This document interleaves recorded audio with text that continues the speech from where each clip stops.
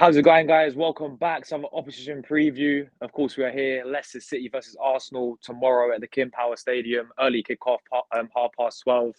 I'm delighted to be joined by a very special guest. We've got Ant from Ant's Leicester fan channel. Big up to Ant, bro. How you feeling, bro? You all good? And thank you for your time as well as always, bro. Yeah, all good. I don't want to say I'm looking forward to the game because if I'm honest, I'm not. But apart from Leicester, all is good in the world. Yeah, man. I mean, let's obviously start. Actually, before we do start, guys, make sure I leave Ant's channel in the title as well. Very easy to do. You click the blue app, go over to there. Make sure you drop my guy a sub. But yeah, listen. Let's start with, of course, you boys, because I remember the days, and I'm sure you you do. I'm sure you cherish that. Those moments of winning the Premier League. The FA Cups, playing Champions League football as well with Leicester.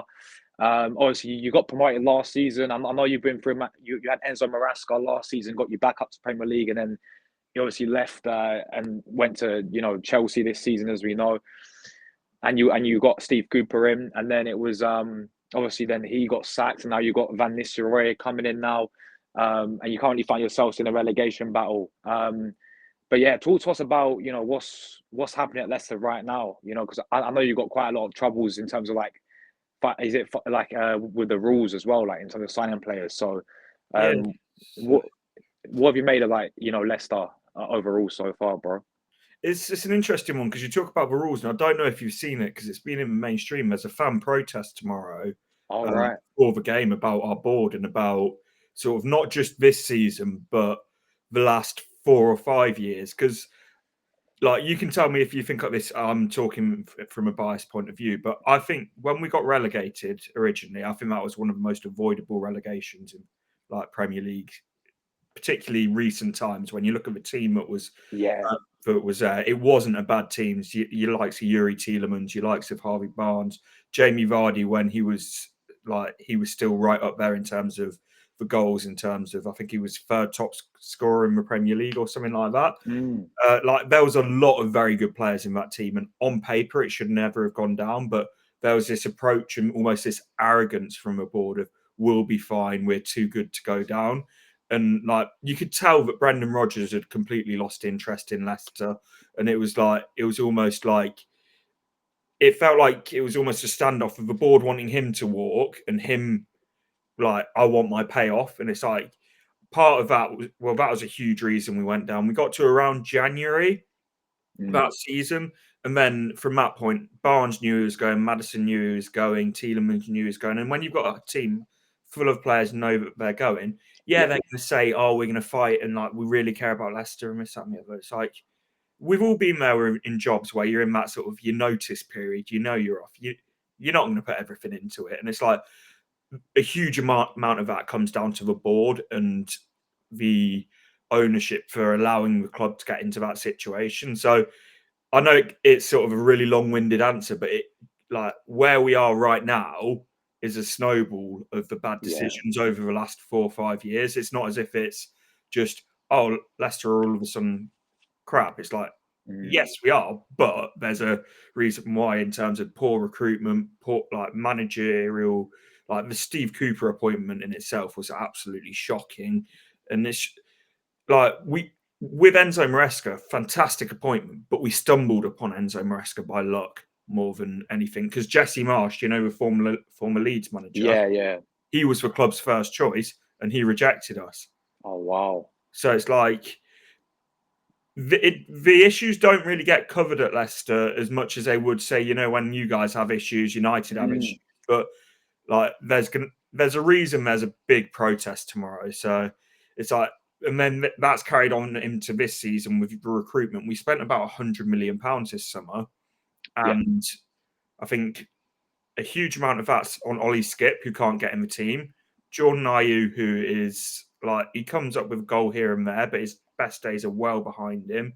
And it's like it's a continuation of like bad decisions after bad decisions.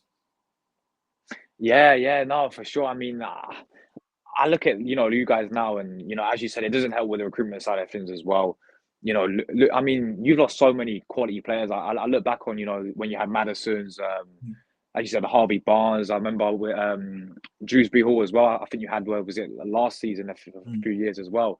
As you mentioned, Tielemans, I thought was, superb for you guys. So, you lost quite a lot of players, that I've really rated highly over the years. And even as you said, that squad you guys had when you got relegated, like I was very surprised. When I saw you guys got relegated, I was like, how, man? Like this squad's half decent. You got some really quality players in there. But yeah, man, as you said, I mean, so it's just to get it right about the protest side of things, right? Is Mhm. your fans protesting for like the against the owners now for It's tomorrow? about, the thing is, our ownership's a very divisive thing because of obviously what happened with the helicopter accident Yeah, 3 or 4 years ago. There's always been a huge amount of goodwill towards Kuntop, who was the son of Vichai, who died in the helicopter accident, and there's always been a huge amount of goodwill towards him. yeah, But it's like there's only so long that that goodwill can keep lasting whilst you're making the same mistakes year after year after year. And it's like John Rudkin, our director of football, they didn't, when we got relegated, they did an internal review of what went wrong. And to me, an internal review basically says you're going to mark your own homework because you're not going to say, actually, I've completely wasted transfer money for the last 3 years. I put players on stupid wages. If I was to be honest and hold myself accountable, I should probably be sacked. You're just not going to do it, are you? So yeah, the protest, though, to give a short answer, is more about John Ruckin and the structure of the board.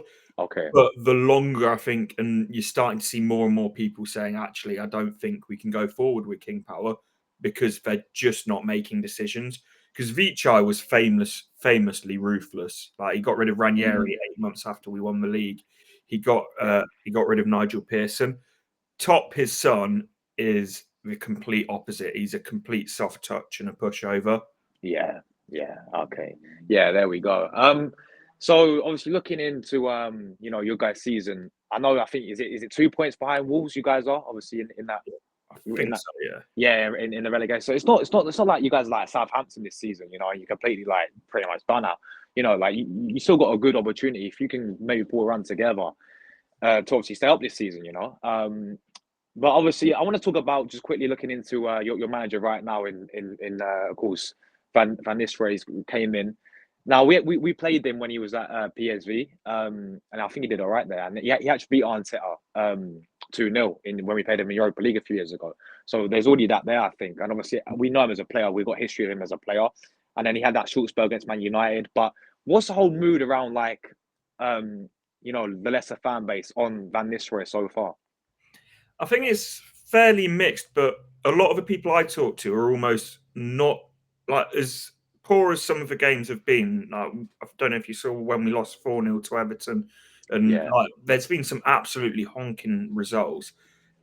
A lot of the frustration doesn't seem to be at Van Nistelrooy; it seems to be at the board for the Yeah. level of this team because you could put Pep Guardiola in charge of this team. A lot of these players are not Premier League quality, and it's Mm. like a lot out of the back four that got relegated last time. You've got three of them starting again, and one of them being James Justin, who's a shadow of the player that he used to be. Because people say James Justin and see like former England international. It's like he was a half decent player back then. He's had so many injuries. He's a complete shadow of himself. You've got Yannick Vestergaard, who's an absolute car crash of a footballer, and Wout Faes, who like the less said, the better. So it's Mm. like when like I think there is stuff Ruud could be doing better, but I think honestly Yeah. think that the issues are well above him. Yeah. No, that's definitely understandable, man. At the end of the day, as Leicester fans, you guys got to look at that bigger picture there. Obviously, as you rightly said, that's crazy. Like even if you had like Pep Guardiola in if he even if he had someone like that coming in, still wouldn't be because of the quality of squadians there, and that comes down to obviously recruitment and higher up. So 100%, man. I'm totally with you there as well. But yeah, I mean, coming obviously into this game against Arsenal, we are. I don't know if you've seen, but attacker injury crisis, bro. All our attackers are pretty much injured. We're gonna have to play Wanyeri 17 on the right hand side. We've got Sterling, who's not been. I mean, he's a shadow of what he once was years and years ago, of course. And then it'll be someone like Trossard, who's usually a winner, playing as a false nine against you guys. Does that give you any little bit of confidence coming into this game, looking into our injuries? Thing is, I'm not going to sit here and lie and say that I'm sort of not. I'm not disappointed to say that Saka won't be playing, and like your attack as it is, would like you would tear us a new one. But I'm not going to be stupid enough to say that you don't have goals from midfield with your likes of Odegaard, Rice bangs them in, Party bangs them in. It's like the quality is there in that Arsenal team, regardless. And it's like Wanyeri, is it the young lad's name? Yeah, yeah. You can see he's got a bit about him. Trossard, whilst he's not a false nine, and I still don't think you've actually seen the best of Trossard at Arsenal, he's still a player that will cause us all sorts of problems. So, yeah, it gives me a little bit of hope and a bit of confidence, but it's one of those. It's like I still know that it's going to be like one of the harder games that we have this season. Yeah, for sure. And just quickly on the relegation battle side of things, I mean, is there obviously like you're gonna get behind your team, of course, Leicester fans, but in terms of like confidence levels for that, as I said, you're 2 points behind obviously behind Wolves. Do you think it's doable this time around with Leicester to stay up?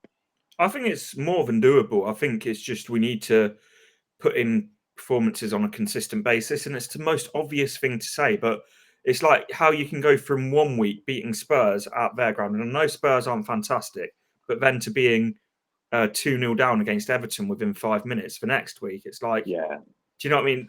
And it's the consistency's the big issue, but we do have big players coming back. Your likes of Wilfred Ndidi, he's now back fit. Fatu, who I don't know if you know a huge amount about him, was one of our best players last year in the Championship. Really explosive, like tricky winger. Will offer us a lot when he's coming back. I think he's about a month away from coming back. Again, Ricardo Pereira, a really good player, just like being injured. So we've got a lot of key players to come back, and we're still very much in that sort of that conversation. I think most Leicester fans, and we've got a few, and I'm sure you've got fans like it as well, expect us to be sort of well above what the reality is. If you're coming up as a newly promoted team, you know it's going to be a difficult season. Yeah.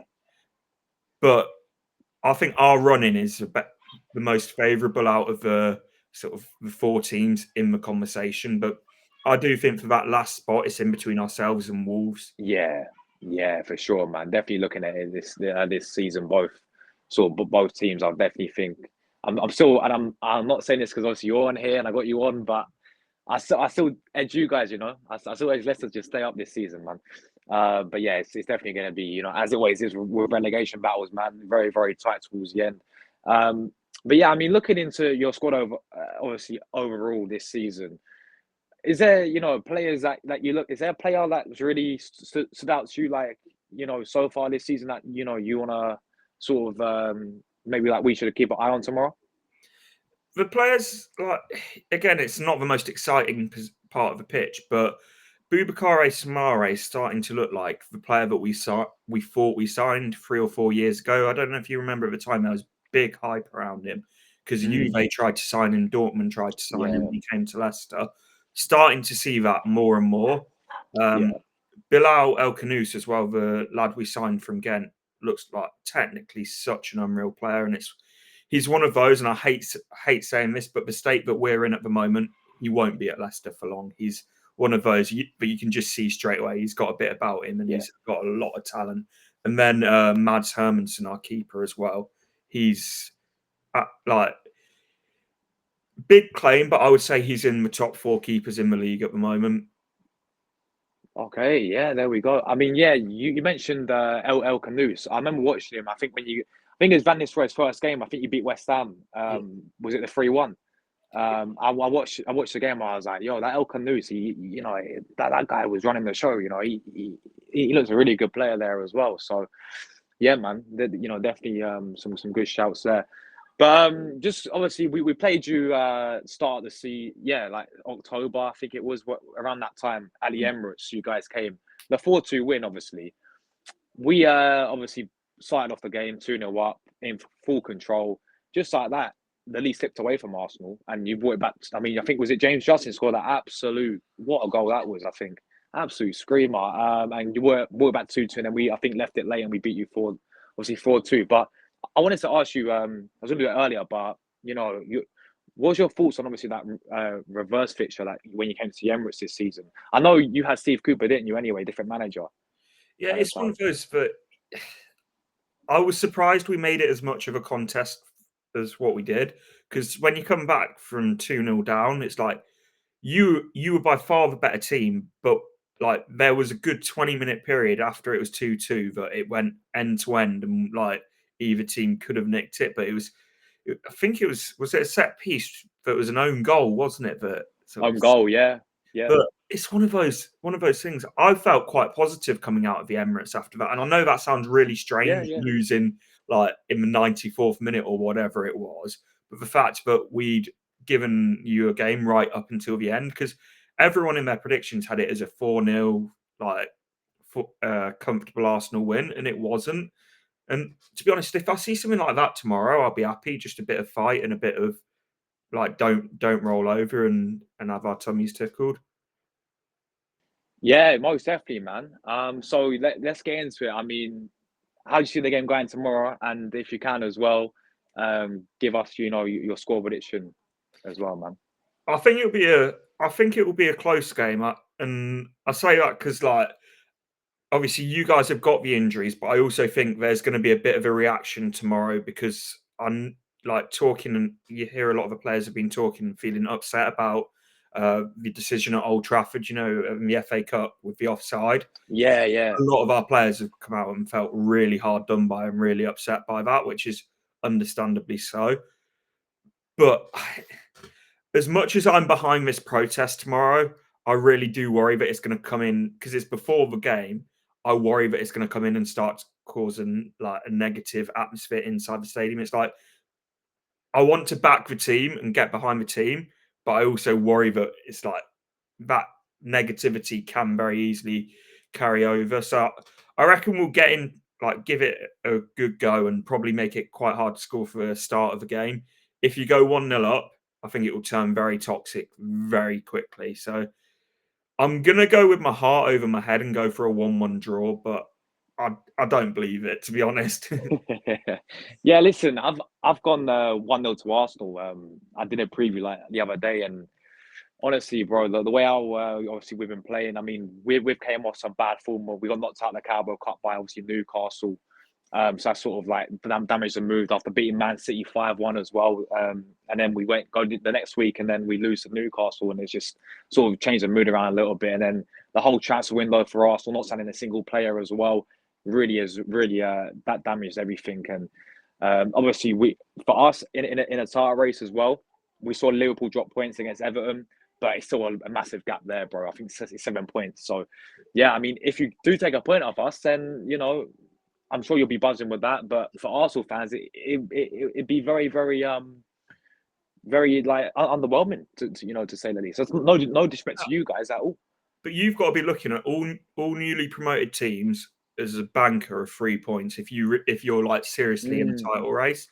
And it's like yeah, with Liverpool dropping points and you playing early, it goes one of two ways. You can either put the pressure massively on Liverpool, or you can give them an opportunity to go and facts. really pull a gap because it feels like it's sort of the make and break time of the season.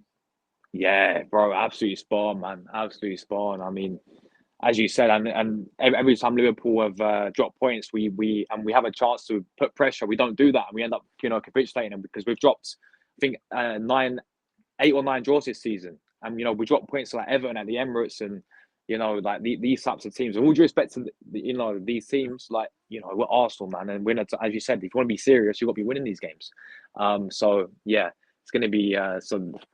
I've gone 1-0, honestly. Like with our attack, we can get goals. I'm sure from as you said, that's Odegaard in the midfield. I mean, Trossard when he's on it, he's on it. One year he's looking fantastic, but I just think it's gonna, it's gonna be physical. You're gonna make it very frustrating for Arsenal.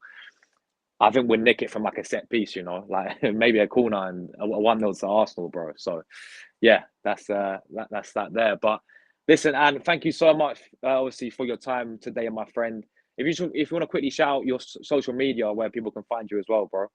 So yeah, cheers for having me on. So on Twitter or X or whatever it's called now, so ant_LCFC, and then YouTube and Leicester Fan Channel. I haven't been posting a huge amount on there at the moment. So if you want to see my opinions on Leicester, go over to Twitter.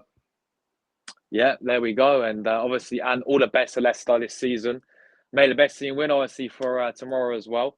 And as I said earlier, I hope you guys really do stay up as well, man. Because honestly, I've got a lot of respect as an Arsenal fan. I've got a lot of respect for your club, man. What you did in the past Premier Leagues and that 2016 season, the team you had, it's honestly a joy to watch, bro. So yeah, all the best to you guys, man.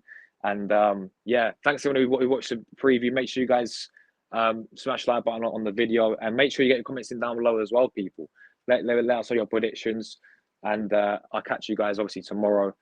As always, come on, you Gunners, and we're out of it. Thank you, guys.